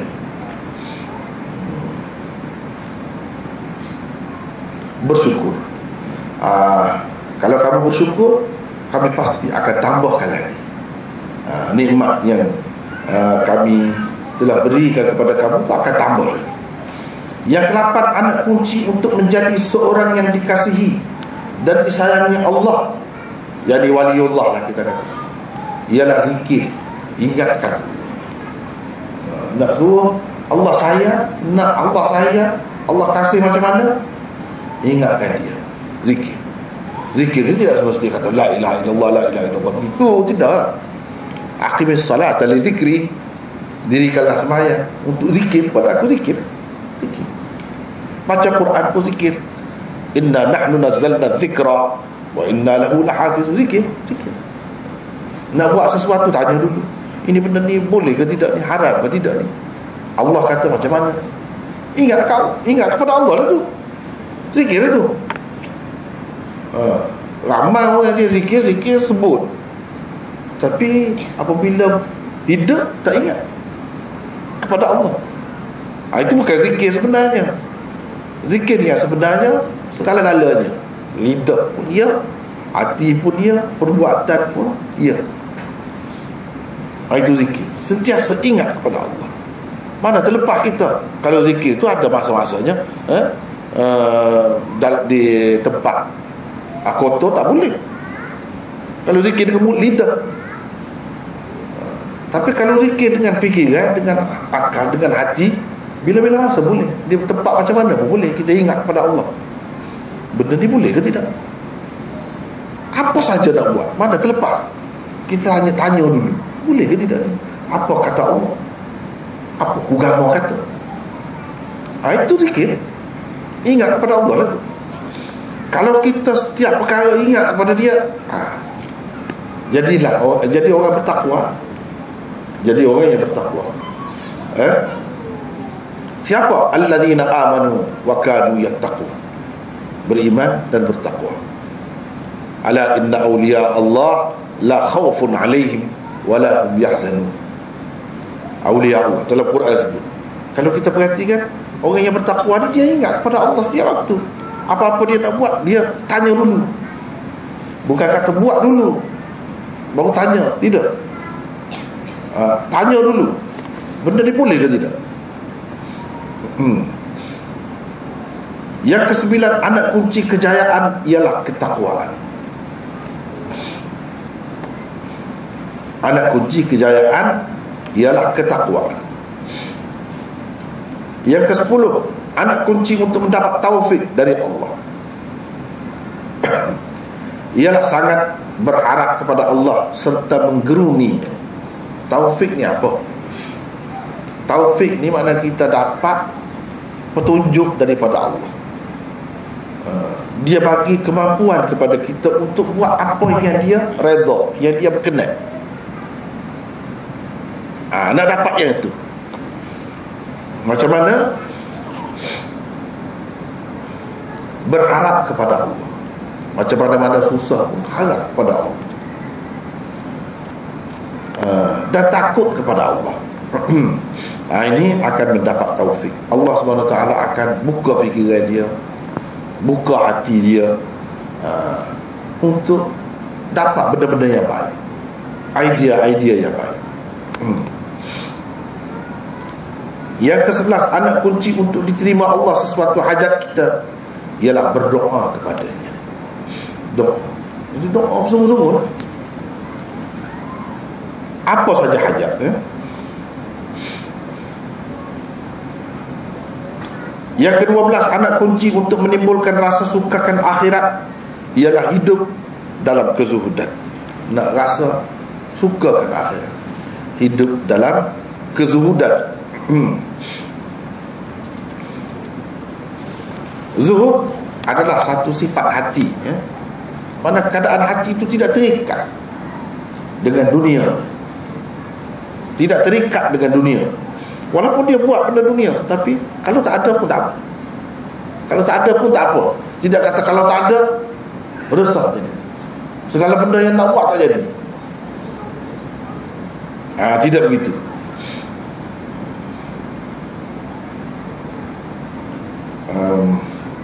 Ialah hidup dalam kezuhudan. Warak lain, zuhud lain. Warak lain. Zuhud ni dia lebih lagi daripada warak. Warak ni seseorang jaga halal haram. Dia tak buat benda haram, dia hanya buat benda halal.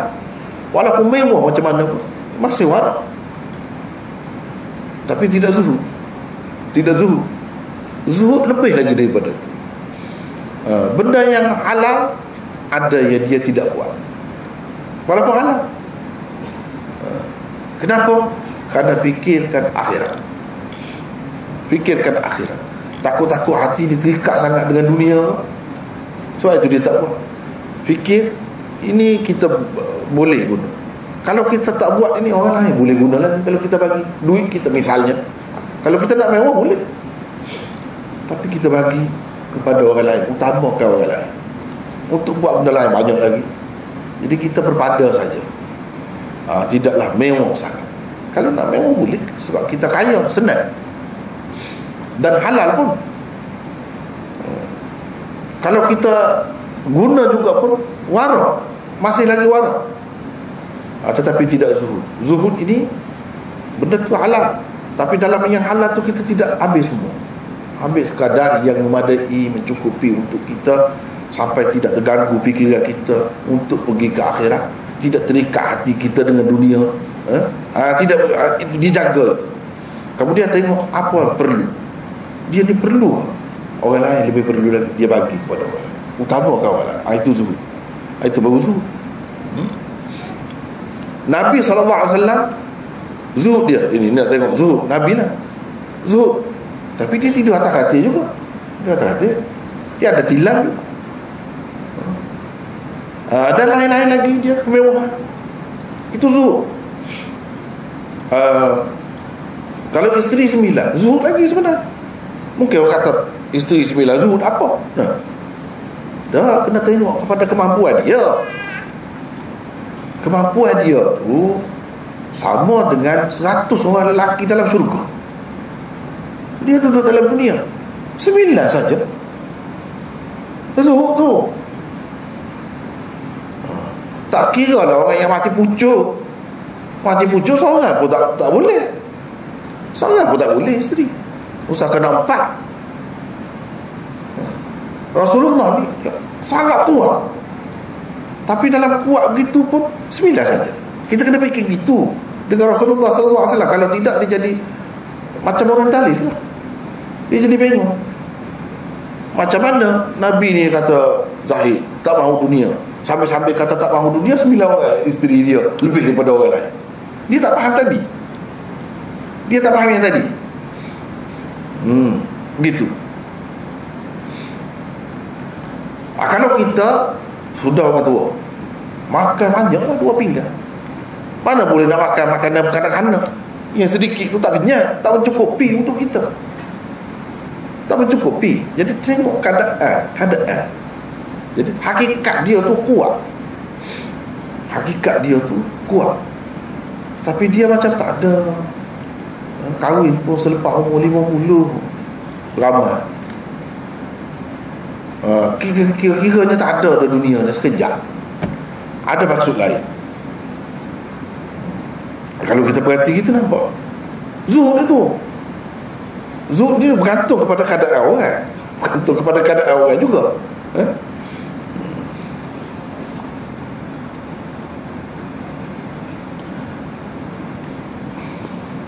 Dia boleh tapi dia kurangkan.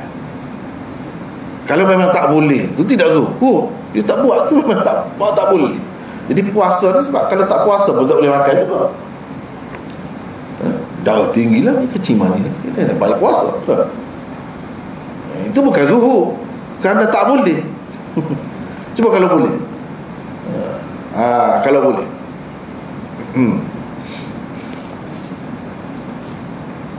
13 anak kunci iman ialah berfikir tentang kejadian-kejadian Allah. Ini boleh menambahkan, menguatkan iman kita.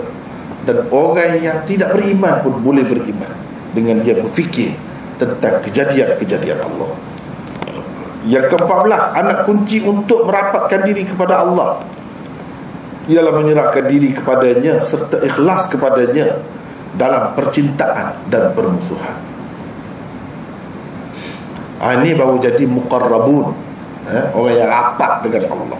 Dalam Quran disebut ulaikal muqarrabun. Malaikat pun ada yang muqarrabun, ada yang tidak muqarrabun. Manusia pun begitu juga. Nak rapat dengan Allah ni kena macam mana? Serah diri kepadanya. Lepas tu ikhlas kepadanya dalam percintaan dan permusuhan. Kalau bercinta, ikhlas kerana Allah. Kalau bermusuh pun kerana Allah. Dia di situ. Tidak kerana benda lain. Sayang pun kerana Allah. Benci, tak suka pun kerana Allah juga. Dia itu. Baru boleh jadi orang yang hampir kepada Allah, orang yang Allah suka. Tidak kerana dunia zahir, tidak, kerana Allah. Baik dengan dia kerana apa? Kerana Allah. Bukan baik kerana dengan dia tu kerana nak dapat projek misalnya. Macam-macam orang baik ni kan. Baik dengan seseorang ni kerana dia kaya. Macam-macam orang baik. Sayang kepada dia kenapa? Kerana dia cantik. Jadi terpaut hati dengan dia. Misalnya, bukan kerana Allah. Bukan fikir di sebalik nak kahwin ke nak apa, Allah. Nak kerana Allah. Itu nombor satu. Payah tu. Yang ke-15, anak kunci untuk menghidupkan hati ialah memerhatikan isi kandungan Al-Quran. Merayu kepada Allah di waktu sahur dan meninggalkan dosa. Itu anak kunci menghidupkan hati. Perhati kandungan Al-Quran, tadabbur Quran. Afala yatadabbaruna Al-Quran. Dalam Quran tadabbur. Sebab apa dia suruh? Sebab nak hidupkan hati.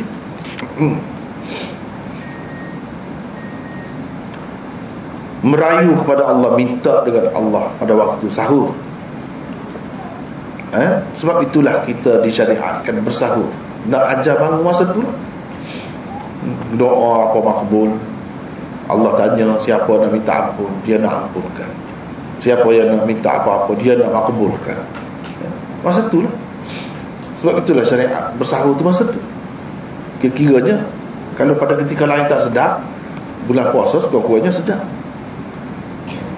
Sekurang-kurangnya sedap. Kalau pada ketika lain mungkin terlepas witir apa, bulan puasa ada dikatakan witir tu elok di akhir, boleh kita buat di akhir setelah buat yang lain-lain. Dan banyak lagi hikmat-hikmatnya.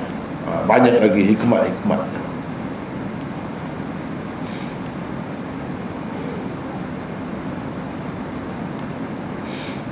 Um,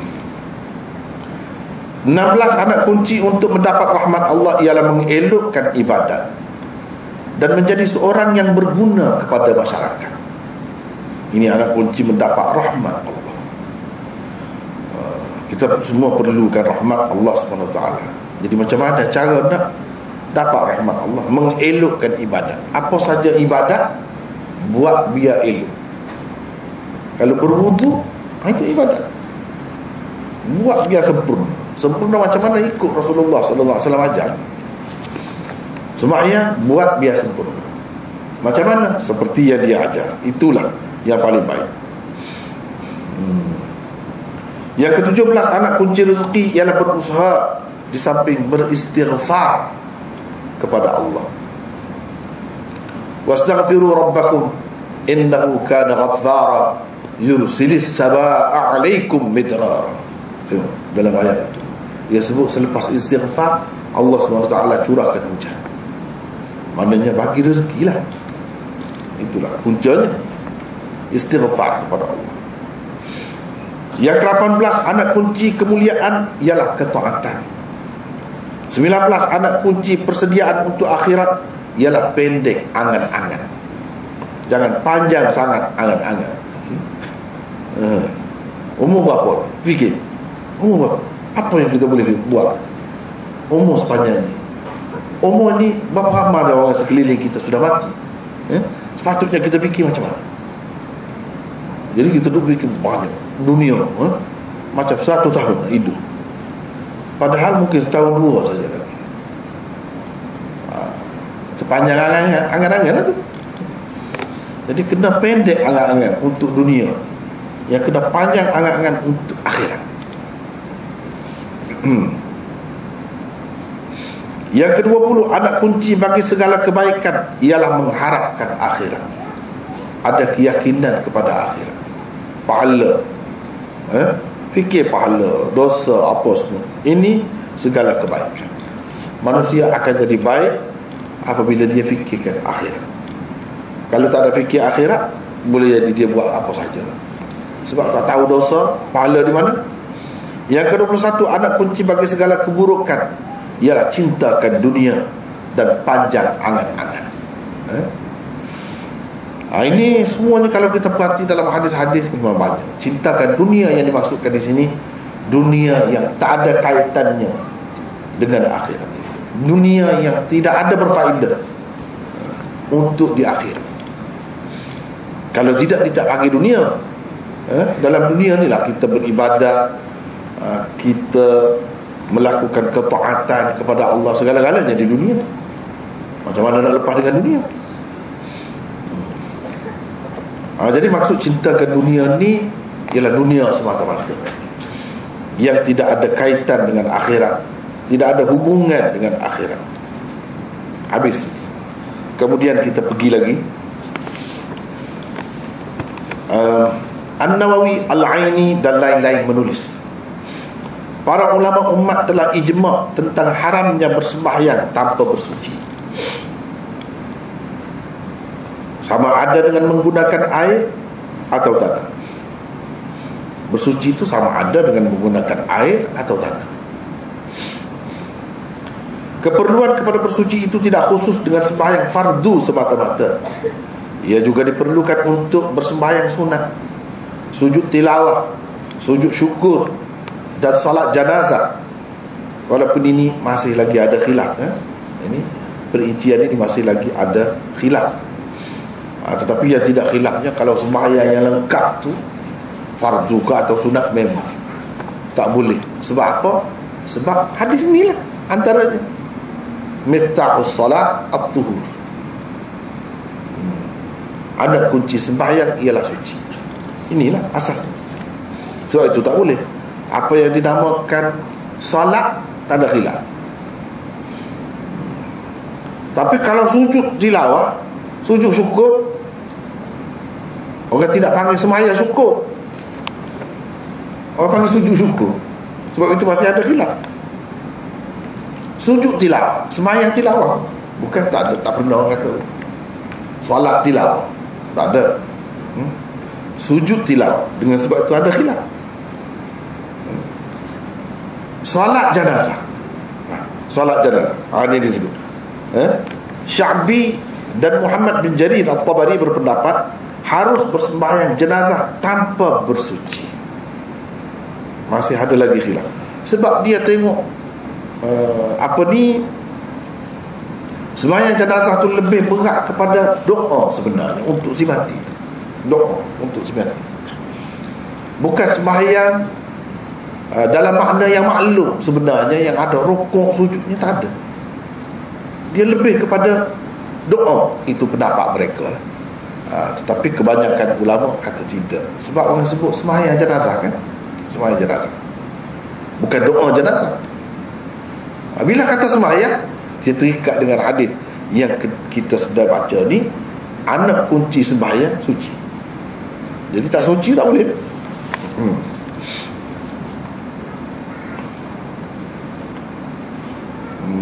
Pendapat ini tidak benar yang dikata Imam Nawawi. Tapi ia menyalahi ijma'. Ijma' yang mana? Kita kata mereka itu langgar ijma'. Dia masih khilaf lagi. Tapi ialah lebih kuat, betul lah. Maknanya tak boleh, sebab ini sembahyang jenazah. Sebab ada nama sembahyang juga. Itulah yang dipegang oleh Imam Bukhari. Dia kata sebut sembahyang jenazah. Sebut sembahyang jenazah. Jadi bila kata sembahyang, kena suci. Seseorang yang bersembahyang dalam keadaan berhadas dengan sengaja tanpa sebarang keuzuran berdosa. Kalau dia sengaja.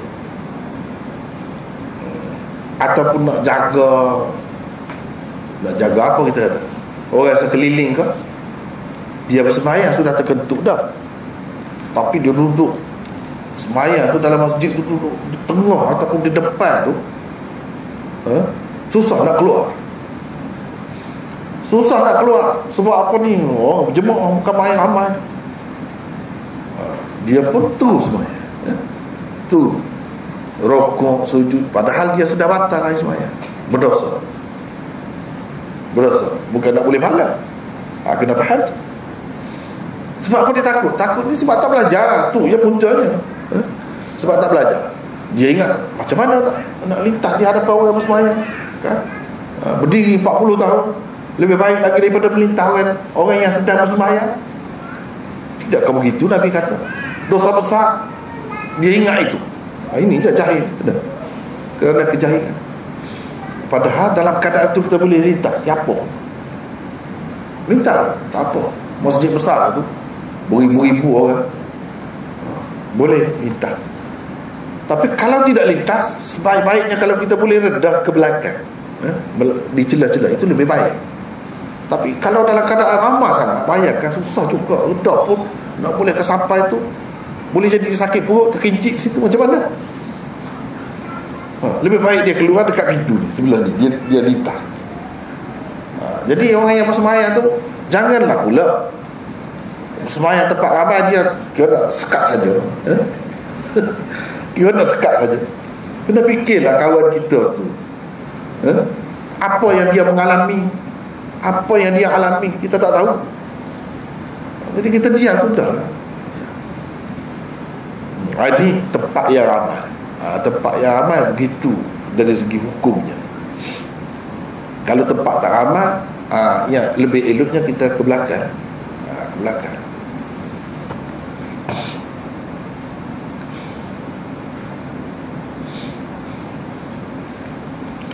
Jadi jahil punya pasal macam-macam cerita kan. Dia nak keluar dekat pintu, kawan itu holok tangan, dia pun kata nak bersalah pula dengan dia. Dia sakit perut, nak bersalah pula dengan aku. Betul ni.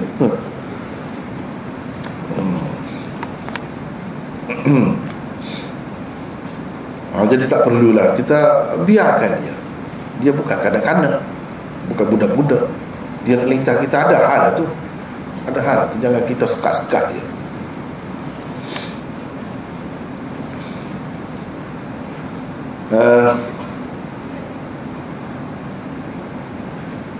Berdosa, ia tidak menjadi kafir kerananya. Bagaimanapun ada riwayat daripada Imam Abi Hanifah bahawa beliau berkata orang yang melakukan begitu menjadi kafir. Memang ada pendapat dia.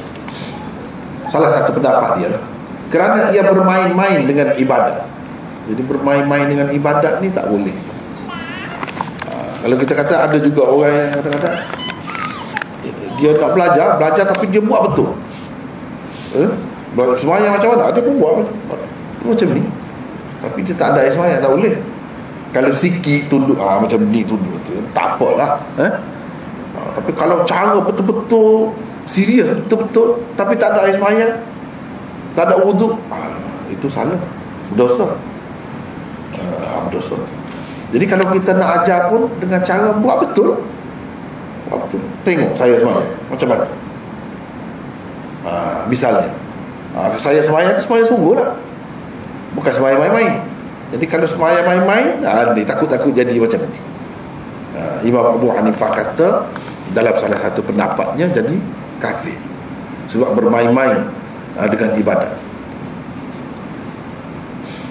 Sabda Nabi SAW ini juga memberi arti bahawa seseorang tidak boleh bersembahyang dalam keadaan tidak suci. Sembahyang seseorang itu baru diterima apabila ia menyempurnakan syarat ini. Adalah beberapa syarat lain, tapi ini syarat utama. Ini syarat utama. Kalau syarat, antara syarat ni yang bukan sebahagian daripada sembahyang tapi kena ada sebelum sembahyang lagi, menutup aurat, ya, menutup aurat syarat juga. Menghadap kiblat syarat juga. Tapi ada keadaan-keadaan tertentu boleh tidak menghadap kiblat pun. Dalam keadaan telanjang pun mengikut setengah-setengah ulama, ada dalam keadaan-keadaan tertentu dibolehkan. Syarat itu misalnya gelap tu tak nampak dan tak ada pakaian dia, masih lagi ada khilaf. Tapi kalau tak suci tak boleh, kecuali dalam masalah kita sudah bincang dulu kan, faqidut tahurain, orang yang tidak ada dua bahan pencuci, air pun tak ada, tanah untuk bertayamum pun tak ada, atau kalau ada tak boleh guna kedua-duanya. Itu ada khilaf. Tetapi ada ulama yang mengatakan tak boleh. Dia tak boleh nak suci, tak boleh sembahyang sebab dia terikat dengan hadis ini. Tapi ada juga ulama yang mengatakan boleh sebab itu kes lain, cerita lain. Ini termasuk dalam masalah yang dikecualikan. Tetapi ramai juga ulama mengatakan tak boleh sebab tak ada syarat ni. Mana syarat ni paling ketat lah, nak banding dengan syarat-syarat yang lain. Para ulama sepakat dalam menerima bahagian pertama hadis ini. Jadi anak kunci sembahyang ialah suci. Jadi suci itu adalah syarat utama. Ini semua terima. Tak ada khilaf. Tiada sebarang khilaf berlaku di antara mereka berhubung dengan ini. Kalau nak ada pun itu satu masalah faqidut tahurain, orang yang tidak dapat guna air atau tanah ataupun tak ada. Itu saja kalau ada khilaf pun. Kemudian kita masuk kepada bahagian yang kedua hadis, tahrimnya takbir. Ini panjang pula kita berhenti setakat tu lah dulu tu. Malam ni kalau baca pun panjang juga, tak boleh selesai juga malam ni. Tahrimnya takbir, bermaksud takbiratul ihram lah sesuatu yang menandakan saat permulaan, haramnya sesetengah perkara yang halal dan seterusnya. Itu rasanya kita tak sempat dah malam ni, hanya sekadar itulah dulu. Wallahu a'lam.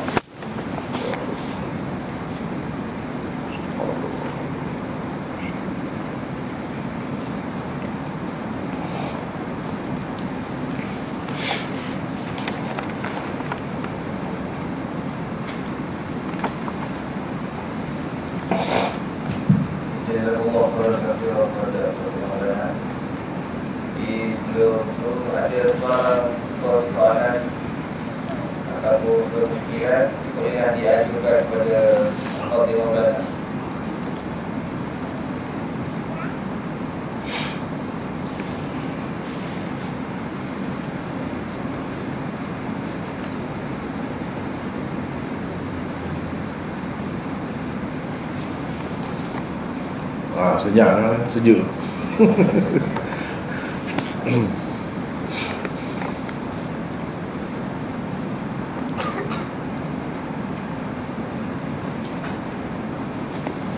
Ada orang tanya taraf hadis ini.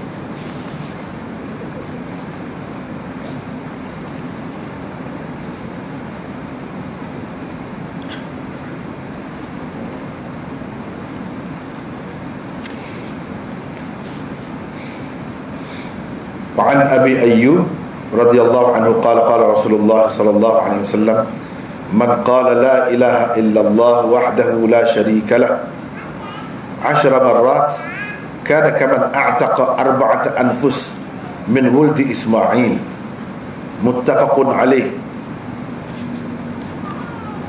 Jadi ini dia tanya taraf hadis ini, dah muttafaqun alaih dah. Rasanya tak perlu tanya. Kalau tanya benda lain tu lain cerita kan. Dan kalau muttafaqun alaih dah selesai dah. Memang sahih lah. Cuma kalau kita nak boleh jadi maksudnya lah, bukan sekadar nak tanya itu kan, kenapa begitu besar pahalanya? Ini masalah pahala-pahala ni kita tak tahu ya. Dia dapat pahala besar. Ni kalau nak kira dari segi besar lah pahala dia. Kira-kiranya memerdekakan hamba ni besar pahala. Tapi hamba tu tak ada sekarang ni kan. Nak memerdekakan macam mana? Bayangkan kalau ada kemudian anak cucu Nabi Ismail, Rasulullah SAW salah seorang anak cucunya, anak cucu dia tu itu jadi hamba. Kita memerdekakan hamba biasa dia pun besar pahala. Memerdekakan hamba kafir pun pahala besar. Hamba Islam besar lagi. Orang Islam tu yang jadi hamba tu anak kepada anak cucu Ismail. Kerana kita ingat ini anak cucu Nabi, kita pun memerdekakan dia, besar pahala. Jadi nak ceritanya ucapan ini ucapan yang besar pahalanya. Kenapa besar? Tak tahu. Dari segi hikmatnya, inilah kalimah tauhid, itulah kelebihannya.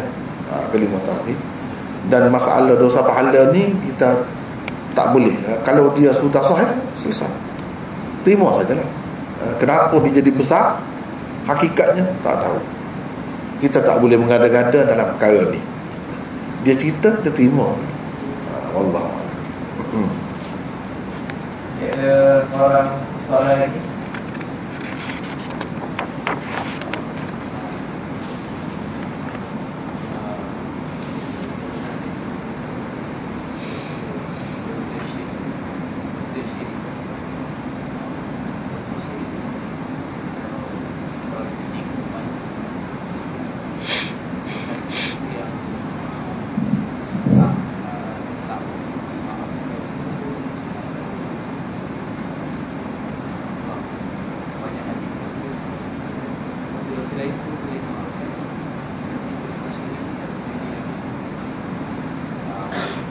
Dia sebenarnya dosa syirik pun boleh dimaafkan, tinggal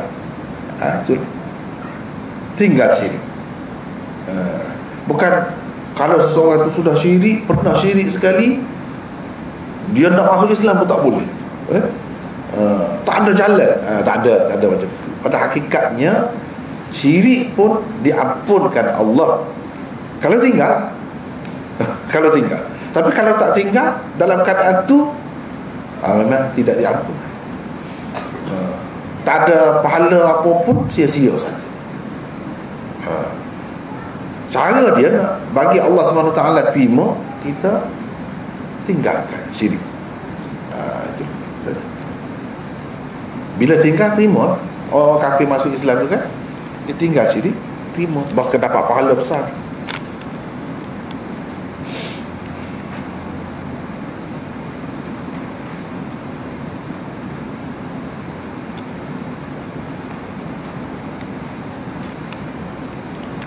Baru-baru ini ada seorang ustaz mengatakan kitab karangan Ibnul Qayyim diisytihar sesat. Apa komen Maulana? Yang kedua, apa pandangan Maulana mengenai Ibnul Qayyim? Siapa isytihar sesat? Pihak mana yang isytihar sesat? Kalau orang yang tak setuju dengan sunnah, dia kata sesat, mungkin lah. Memang lah. Ada yang kata tu. Tapi kita perlu tahu lah siapa.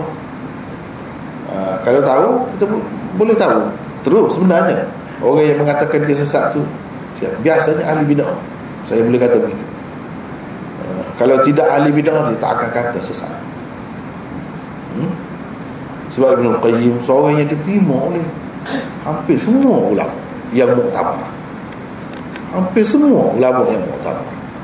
Jadi pandangan saya terhadap mengenai Ibnul Qayyim beginilah.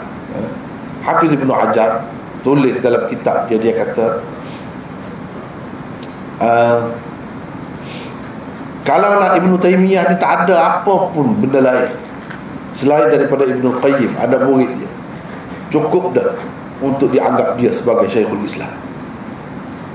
macam tu. Jadi Ibnul Qayyim ni memang hebat. Kewujudan dia tu dianggap sebagai suatu rahmat oleh ulama-ulama. Kelebihan dia nak banding dengan orang lain, walaupun ada juga setengah-setengah tempat tu kesesilapan, orang kata silap sini, itu biasalah.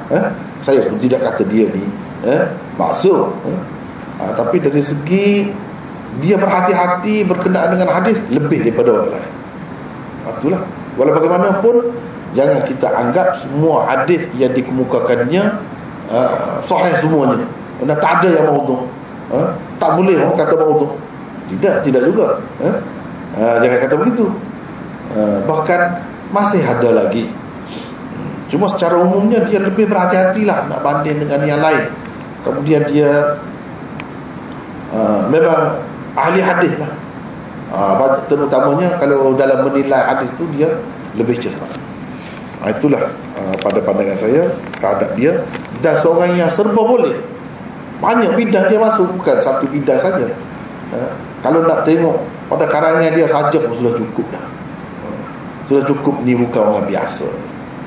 Macam mana nak kata sesat orang macam ni? Kalau kata sesat macam ni, apa benda lah yang sesat? Jadi siapa yang kata tu? Allah.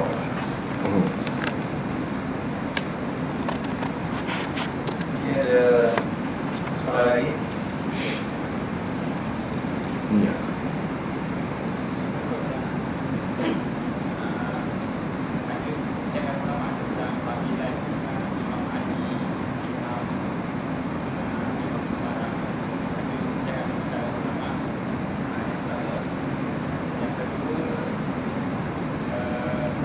Kurang dengar tu perbincangan jangan di kalangan ulama berkenaan panggilan Imam Ali. Imam Ali ya. Yang pertama, yang kedua,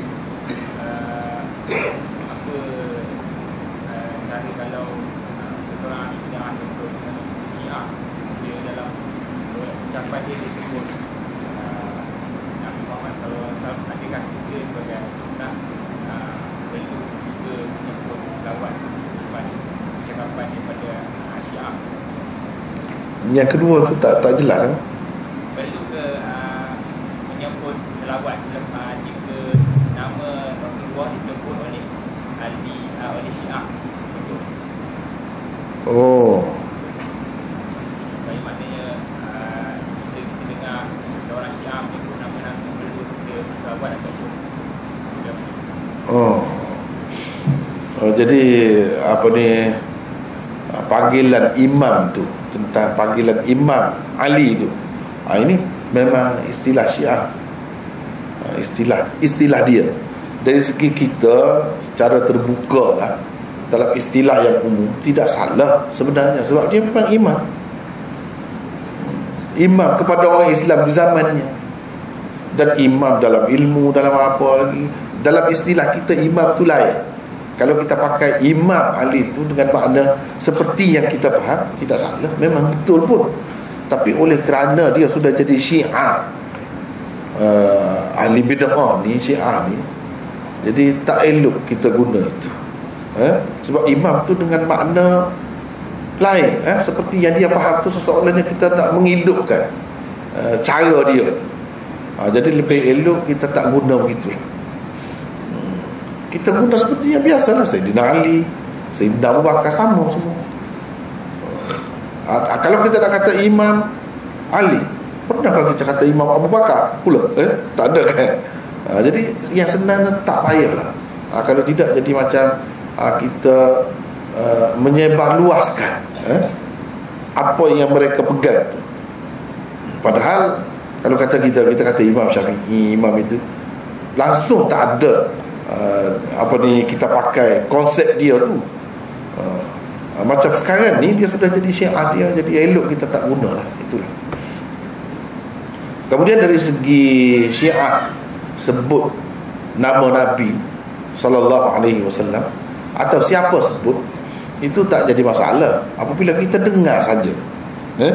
Orang sebut nama Nabi sallallahu alaihi wasallam, tak kira siapa pun kita akan kata begitu. Doa begitu.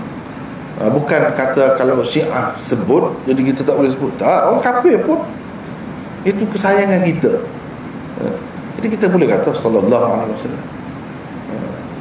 Dia tak akan kata, dia kata Muhammad saja. Kita kata sallallahu alaihi wasallam. Dia akan nampak sayang kita kepada Muhammad itu. Jadi tidak kerana orang yang kata tu siapa, tak kira dia tu. Dia tu kanak-kanak ke apa ke, tak kira. Orang Islam ke tidak Islam ke, yang pentingnya kita tu. Jadi bila kita kata selawat itu, kita dapat pahala, dapat ganjaran yang khusus. Dan itu sama saja, tidak khusus dengan orang Islam ataupun ahli sunnah saja yang kata begitu, baru boleh kita kata sallallahu alaihi wasallam. Cuma atau maksud saudara yang bertanya tadi tu, maksudnya cara selawat dia ke macam mana? Dia berselawat Syiah lain dengan kita. Kalau sebut nama Nabi dia lain. Kalau kita sallallahu alaihi wasallam saja, dia mesti sebut alihi. Dia mesti sebut itu. Jadi cara begitu bagi kita pun sebenarnya tidak salah juga. Cumanya apabila sudah jadi sekarang ni, sudah jadi syiar dia, yang lebih eloknya kita tahu, jangan kata begitu. Kalau nak kata pun pada ketika lain, jangan nyata. Jangan nyata seperti dia sebut sallallahu alaihi wa ala alihi. Dia mesti macam tu, tak tinggal gitu. Itu jadi syiar dia. Jadi yang eloknya jangan kita kata begitulah. Bukan salah sebenarnya. Ada ketika-ketikanya Nabi SAW menganjurkan kita pun supaya berselawat kepada keluarga dia. Dan dalam sembahyang pun kita berselawat pada keluarga dia. Tapi bukan apabila disebut nama tu, bila disebut nama Nabi tu kita kata begitu. Tidak. Pada tempat-tempatnya. Pada tempat-tempatnya itu tidak salah, bahkan dianjurkan oleh Nabi SAW sendiri. Kalau itulah maksudnya, itulah jawapan Allah.